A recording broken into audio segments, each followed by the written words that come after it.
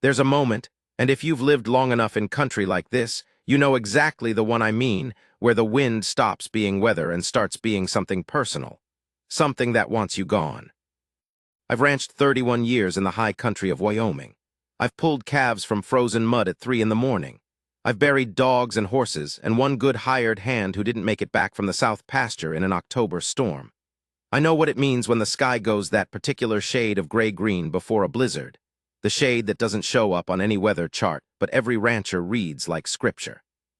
So when I found them, two girls, identical down to the frozen eyelashes, huddled under an overturned horse trailer on the edge of my west fence line, my first thought wasn't wonder. It wasn't even relief. My first thought was, how did they survive that long? My second thought came 3 days later, in my kitchen, over coffee I hadn't touched. And I don't have a good answer for it yet. The storm had been building since Tuesday. By Thursday morning it had a name, though nobody out here used it. We don't name blizzards the way the news stations do, we name them by what they take. The February storm of 09 was the one that took the Hargrove barn. The March storm of 14 was the one that took Delmer's fingers. Names aren't given beforehand.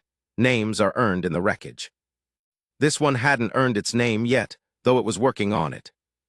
I'd gone out at first light to check the west fence line because I'd lost 2 Herefords through a gap the previous afternoon, and the tracks suggested they'd pushed through near the old trailer, a rusted 2-horse rig I'd been meaning to haul to scrap for 4 years and never had. The snow was already knee-deep in the low places. The wind was coming hard out of the northwest, the kind that hits you sideways and makes you feel like the world itself has turned against you, specifically, personally, as a matter of principle. I almost didn't go. My ledger, and yes, I keep a ledger, have since my father handed me one at 16 and said, write down what matters or it won't matter. My ledger said I owed myself a morning inside. It said the cattle could wait, that frostbite was a real cost item, that wisdom was knowing when not to go. I went anyway, old habit, can't leave a thing unresolved. The tracks from my Herefords curved north and then disappeared in a drift where the fence met the trailer.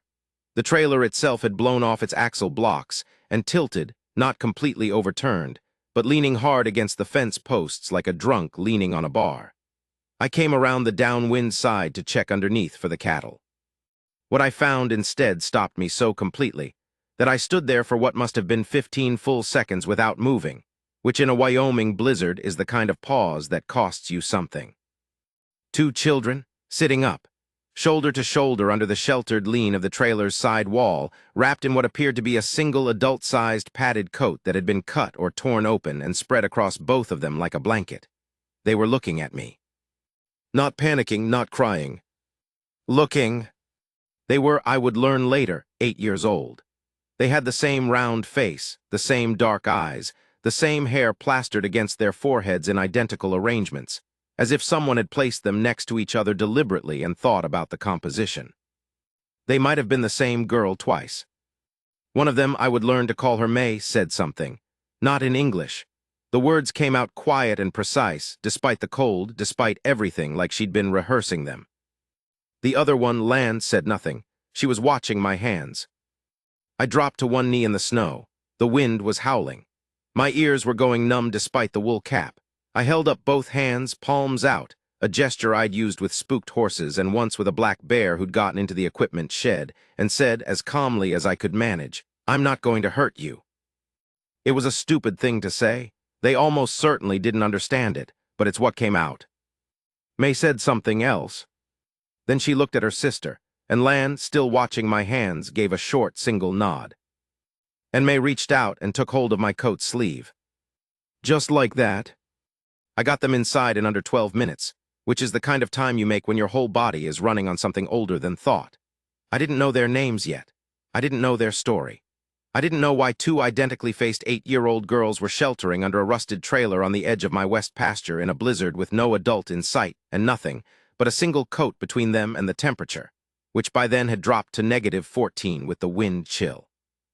What I knew, they were hypothermic but conscious, fingers pale but responsive, no obvious injuries. They were wearing thin sneakers, the kind my daughter used to call school shoes, that were soaked through and packed with ice. I knew that the priority was heat, dry clothing, and calories in that order. Everything else could wait. My house is nothing impressive. A four-room ranch house built in 1952 that I've been renovating in the sense that I replace things when they break rather than before. The kitchen is the warmest room because the wood stove sits against the interior wall and I keep it fed through winter. I sat them on the bench by the stove, pulled off the sneakers, rubbed their feet in the way you do for a calf, firm and steady, watching the color come back. May watched me work with an expression I couldn't read, not fear, not gratitude exactly, something more like assessment. Lan had closed her eyes. Her lips were moving slightly, but she wasn't making sound. "You hungry?" I said. May tilted her head, the same way a dog tilts its head when you use a word it almost recognizes. I got up and put a pot of chicken broth on the stove, sliced bread, found the peanut butter, then thought better of allergies. I knew nothing about these children and put it back. Set out the bread and broth and watched May follow every movement with those dark, careful eyes. When I set the bowls on the bench between them, Lan opened her eyes. She looked at the broth. She looked at her sister.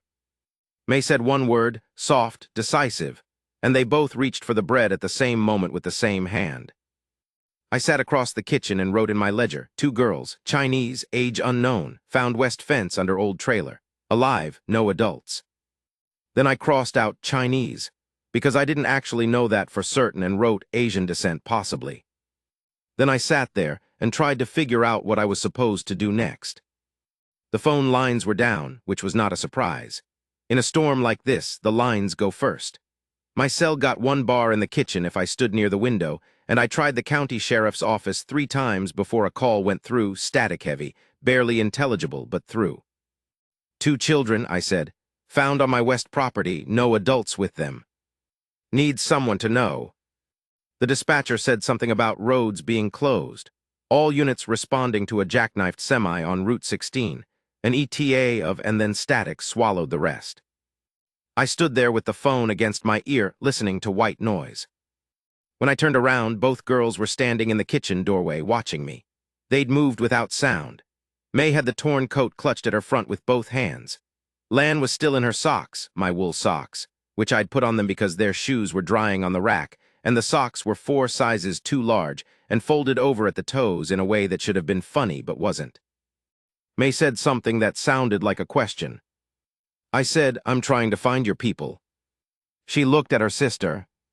Lan made a small movement, almost a flinch, then settled her face into stillness again. "Are you alone out here?" I asked. "Were you with someone?" "Nothing." I tried again, slower, as if speed was the barrier. "Someone, an adult, with you." May lifted her right hand and opened it. In her palm was a folded piece of paper, wet at the edges, the ink beginning to bleed. She held it out to me like she'd been waiting for the right moment, like this was always part of the plan. I unfolded it carefully. The paper was handwritten. At the top in careful English, "Please help my daughters. I am coming. Do not be afraid." Below that, a phone number with a Chicago area code. Below the number, 2 names, May Lee, Lan Lee. Below the names, 1 more line, which I read 3 times before I understood it wasn't an explanation. It was a promise. They know to wait. I stood in my kitchen holding that piece of paper while the wood stove popped and the blizzard rattled the window glass. And I thought about my own daughter, grown now, in Denver, who I call every Sunday and who sometimes answers. And I thought about what a person must be carrying inside them to send 2 8-year-old girls out into a Wyoming blizzard with a note in their pocket and the instruction to wait. May was watching my face, reading it the same way she'd read everything since I found her. I folded the note and set it on the counter. "Okay," I said. "May, Lan." I pointed to each of them as I said the name. "I'm Holt." I pressed my hand to my chest. "Holt." May's eyes went to the note on the counter, then back to me. "Holt," she said, careful, testing it. The words sounded different in her mouth than it ever had in mine. The storm held for 37 hours. I know the exact number because I wrote it in the ledger, because that's what the ledger is for, marking the duration of things so they don't expand in memory beyond what they actually were. 37 hours of wind. 37 hours of reduced visibility to near zero, of the north pasture disappearing, and the fence posts vanishing, and the world contracting down to the 4 rooms of my house and 2 small girls who had decided, somewhere in that first night, that they would trust me. I don't know what that decision looked like from the inside. I only know how it appeared from the outside, which was gradual and unannounced, like ice thawing. The first night they slept in my daughter's old room, both of them in the single bed, Lan against the wall, May on the outside, the same shoulder-to-shoulder arrangement I'd found them in under the trailer. I checked on them once at midnight. They were awake. Not startled, awake deliberately, lying in the dark with their eyes open, talking to each other in voices so low I couldn't catch a word from the doorway. I went back to the kitchen and tried the Chicago number 6 more times. Static each time. Once, briefly, a ring, 2 of them, then silence. I wrote in the ledger, night 1, girls awake at midnight, talking. Not distressed, methodical, like they're comparing notes. By morning they were downstairs before I was. I found them in the kitchen, May standing on the stool I keep by the counter, examining the rack of cast iron pans with the focused attention of someone conducting an inventory. Lan was sitting at the table with my ledger open in front of her. I stopped in the doorway. Lan looked up. She looked at the ledger. She looked at me. She closed it very carefully with both hands and set it exactly where she'd found it. "I'm not upset," I said. She kept her hands flat on the cover. "It's a ledger," I said. "I write things down." May said something from the stool. Lan answered without looking away from me. Whatever passed between them carried more information than the words themselves. I had the distinct sense of a conversation that had been going on since before I entered the room, one I was only hearing a fragment of. "You hungry?" I said. May stepped off the stool and pointed at the pan she'd apparently selected, the large cast iron skillet, 10 inches, the one I use for everything. She pointed at it with the confidence of someone who decided. "Okay," I said, "you want to cook?" She looked at her sister. Lan nodded once. And that was how I came to stand in my own kitchen on the morning of the worst blizzard in 4 years, watching 2 8-year-old girls make eggs. They were good at it. Not in a child prodigy way, not showy, not performing competence, but in the quiet, practiced way that tells you something has been done many times before in circumstances that required it to be done right. May handled the pan. Lan cracked the eggs without a single shell fragment, which is more than I can say for myself on a normal morning. They didn't speak while they worked. They moved around each other in the small kitchen with the unconscious coordination of people who have shared space their whole lives, which of course they had. When the eggs were done, May served 3 plates, equal portions. She set one in front of the empty chair before she sat in her own. The chair she'd set a plate at was mine. I sat down. We ate without language, which was its own kind of conversation. It was the second morning before Lan spoke to me in English. She'd been watching me check the window, the storm still going, visibility still bad, the phone still cutting out, and I'd made some comment under my breath, something I'd meant as a private observation, the kind of thing you say aloud when you've lived alone too long and stopped monitoring yourself. I said, "Storm doesn't care how long you've been out here." From the table, without looking up from the paper she was folding, she'd found a stack of old newspaper and had been doing something intricate with it for the last hour, Lan said. "Baba says that too." I turned around. She was still looking at the paper. Her fingers kept folding, precise and even. "Your father," I said. "Yes, one word," returned to the paper. "Where is he?" Lan folded the paper one more time, set it down, picked up a new sheet. "Coming," she said. Same word as the note, coming, as if distance were only a technicality, as if arrival were a certainty that just hadn't arranged itself yet. "From Chicago," I said. She looked up then, just for a second, a real look, the evaluating kind, then back to the paper. "From China," she said. May understood more English than she spoke. I figured this out slowly, the way you figure out most things about people, not through what they tell you, but through the shape of what they don't. She'd react to words a half beat before her face neutralized. She'd glance at Lan when I said something complex, and Lan would sometimes translate, but sometimes not, and the times Lan didn't, May's eyes would tell me she hadn't needed it. On the second afternoon, I found her in my daughter's room looking at the photographs on the shelf. My daughter at 6, at 12, at 17, at her college graduation, a sequence of a person becoming themselves. May was studying the 17-year-old one. I leaned on the doorframe. "That's my daughter, Carla." May said the name, Carla, then she said something in Chinese. I don't know what that means, I said. She looked at me, she pointed at the 17-year-old Carla, then she pointed at me. Yeah, I said, she's mine. May looked back at the photograph. She said something else, quiet, directed at the photograph rather than at me, which meant she either knew I wouldn't understand or didn't care whether I did. Then she picked up the photograph, looked at the back of the frame, and set it down exactly as she'd found it. I thought about what Lan had said. From China. I thought about what a father must have felt, planning whatever he'd planned, writing whatever note he'd written, handing it to his daughters and saying, "Wait, I'm coming." I thought about what kind of trust that required not just in the daughters, but in the idea that somewhere in this country, in this weather, in this particular square mile of frozen nothing, someone would find them and be worth trusting. I went back to the kitchen and tried the phone again. This time on the fourth ring, someone answered. The voice was a man's. English with an accent shaped by something else underneath, formal, precise, the way people speak when they've learned a language through careful study rather than childhood absorption. Hello. This is Holt Deering, I said. I'm a rancher in Fremont County, Wyoming. I believe I have your daughters. Silence, not an empty silence, the dense kind, full of something held back.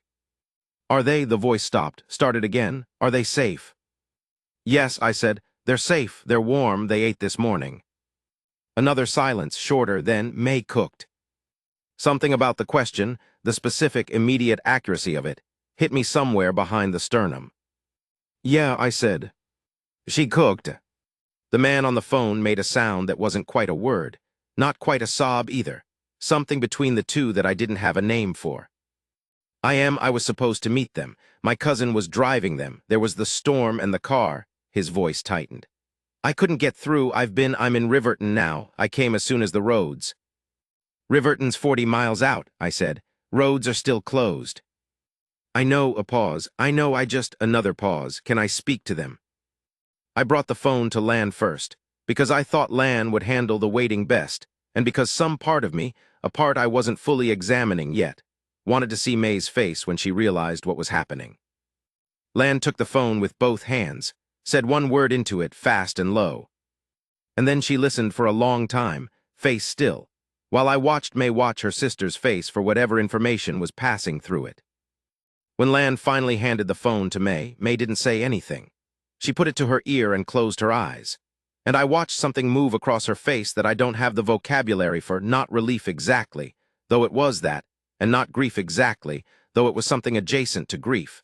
The way you feel when a thing you were afraid to want turns out to be real after all. She handed the phone back to me and walked out of the kitchen. Lan followed. The man on the phone said, "Thank you, Mr. Deering." I said, "She's a good cook, your May." He said, "She takes after her mother." I wrote that down, not for any practical reason, just because it seemed like the kind of thing that deserved to be written. He came the morning after the storm broke. I'd gotten the drive cleared by 8, which took 2 hours with the tractor and another hour by hand on the section near the gate where the drift had packed hard and sculptural against the fence post. The sky had gone the clean, ridiculous blue that only happens after a serious storm, the kind of blue that looks apologetic, like the weather is trying to convince you it wasn't serious, that it didn't mean anything by it. I'd been watching the road since 9. May and Lan knew he was coming. They'd known since the phone call, and whatever that knowledge did to them, they didn't let it show as anything I'd call excitement. Instead, they'd gotten quieter, more deliberate. As if arrival required preparation of a kind that had nothing to do with packing. Neither of them had anything to pack, and everything to do with internal arrangement. The putting in order of something that had been kept in controlled suspension for 37 hours and now, suddenly, could be allowed to move. Lan had finished her newspaper folding the night before. She'd made a small fleet of animals, a bird, something four-legged that I thought was a horse but might have been a deer, 2 shapes I couldn't identify but that had an obvious internal logic. She'd lined them up on the windowsill of my daughter's room and stood back and looked at them with the satisfaction of someone concluding an argument. May had spent the last hour of the storm's clearing in the kitchen. Not cooking, just sitting at the table with her hands flat on the surface, looking at the door. I'd sat across from her, pretending to go through paperwork I'd already processed twice. "He's going to be here soon," I said. She looked at me. Your dad, I said, which was unnecessary. She knew what I meant. She said something in Chinese. Then, as if translating for my benefit, and I think she'd been tracking my comprehension more carefully than I'd realized, she added in English. Long way. Yeah, I said, long way. She nodded, returned to looking at the door. The truck that pulled up the drive at 9:40 was a rented sedan, wrong for the road conditions, and it had gotten itself sideways in the last 100 yards where the snow was still loose. I watched from the window as the driver got out, assessed the situation, and then simply left the car where it was and walked the rest of the way up the drive. He was younger than I'd expected, somewhere in his early 40s maybe, in a coat that was adequate for Chicago and visibly underprepared for Wyoming in February. He was walking fast, not running, but the contained version of running that adults do when they're trying to hold themselves together. He wasn't looking at the house. He was looking at the ground, watching his footing, which meant he didn't see the door open. He heard it. He looked up. And whatever was happening in his face in that moment, I wasn't meant to see it, and I'm not going to describe it, because some things are private even when they happen in plain sight. I looked away, made a thing of checking the doorframe, gave him the 10 seconds he needed to put his face back in order before he reached the porch. What I'll say is this. When I looked up again, May and Lan were already past me, already moving down the porch steps, and the three of them came together at the bottom in the particular, wordless way of people who have been afraid for each other and are now, briefly, not. I went back inside, stood at the kitchen window, poured a cup of coffee I hadn't planned on making. The ledger was on the counter. I opened it and wrote the date and the time, and then sat there for a while without writing anything else, which happens sometimes when the thing you'd write doesn't fit in the kind of sentences the ledger is built for. His name was Wei Chen. He came in about 10 minutes later, after the girls had gone upstairs for their things, which again meant nothing, but the act of going to retrieve them seemed to matter, and he stood in my kitchen doorway the way people stand when they're in a room they weren't expecting to need to be grateful for. Mr. Deering, he said. Holt's fine. Holt, he said it the way May had said it, feeling out the shape of it. I don't, he stopped, started again in the careful, precise way he spoke. I have been trying to find the right words since Riverton. I haven't found them. You don't need to, I said. I do, he said. I need to try. I gestured at the bench by the stove. He sat. I poured him coffee, which he held with both hands the way his daughter had held the phone. He told me the outline of it, not the full story, which I sensed was longer and more complicated than a kitchen conversation would hold. He'd come from Chengdu 8 months ago. The girls had been staying with his cousin in Chicago while the paperwork sorted itself out. He was here now, settled enough to bring them. But the drive from Chicago had hit the storm 2 hours past Casper, and his cousin's car had gone into a ditch, and his cousin had walked to a gas station and gotten help, but the girls. May had the note, I said. Yes, a short exhale. We practiced, many times if something happens, find someone, give them the note, wait. She waited, I said. He looked at his coffee. She is like her mother. She decides something is necessary and then she simply does it. Is her mother, I started, then stopped, because I couldn't tell from what he hadn't said whether the sentence had a safe ending. He looked up. She passed, he said, 2 years ago in Chengdu. I didn't say anything. The girls were 6, he said. Lan stopped talking for 3 months. May talked for both of them. He looked toward the doorway, toward the sound of footsteps upstairs. They are very good at taking care of each other. I noticed that, I said.